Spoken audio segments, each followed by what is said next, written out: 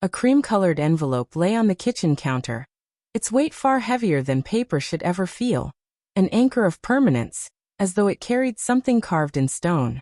It wasn't a wedding invitation. No, this was something darker, more final.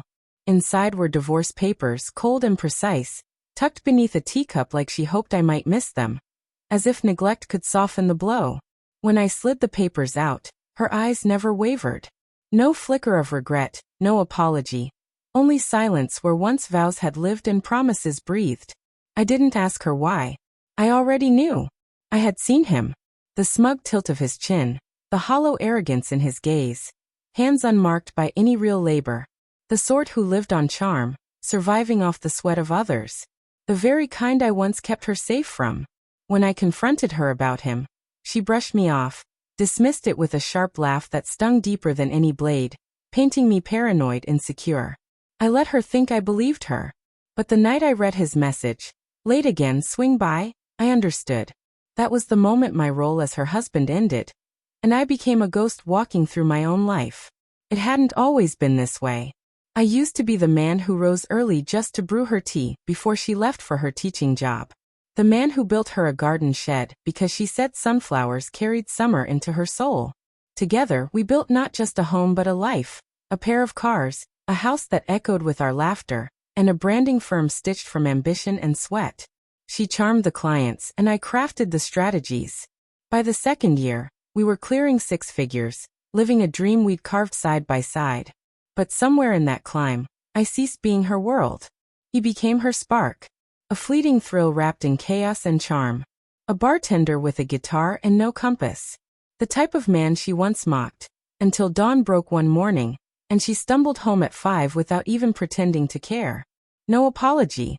No remorse. Only a shrug. That's when I started tracing the cracks. Each lie a breadcrumb, each slip a fracture in the glass.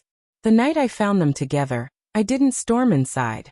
I stood across the street, watching her silhouette glow behind his curtains, her body etched against the light. I didn't shout. Didn't break. I memorized that image, turned away, and opened a new file on my computer. Departure blueprint. From then on, I stopped confronting her. Instead, I planned. Quietly, I stripped my name from company documents, rerouted contracts into my new LLC, and secured Sterling and Vale, our crown jewel of accounts, under my sole control. She didn't notice, too lost in her midnight escapades. I installed monitoring software, tracked her keystrokes, read her texts. I watched as she handed him my routines, my financial strategies, the very bones of the empire I had built.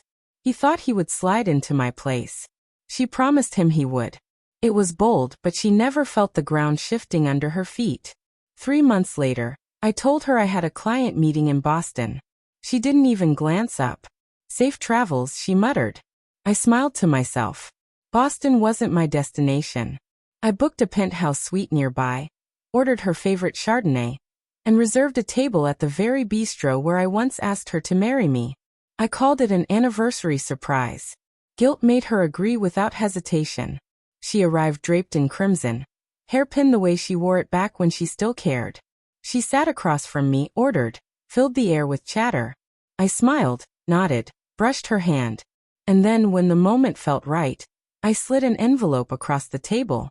She opened it, puzzled. Not divorce papers. No, far worse.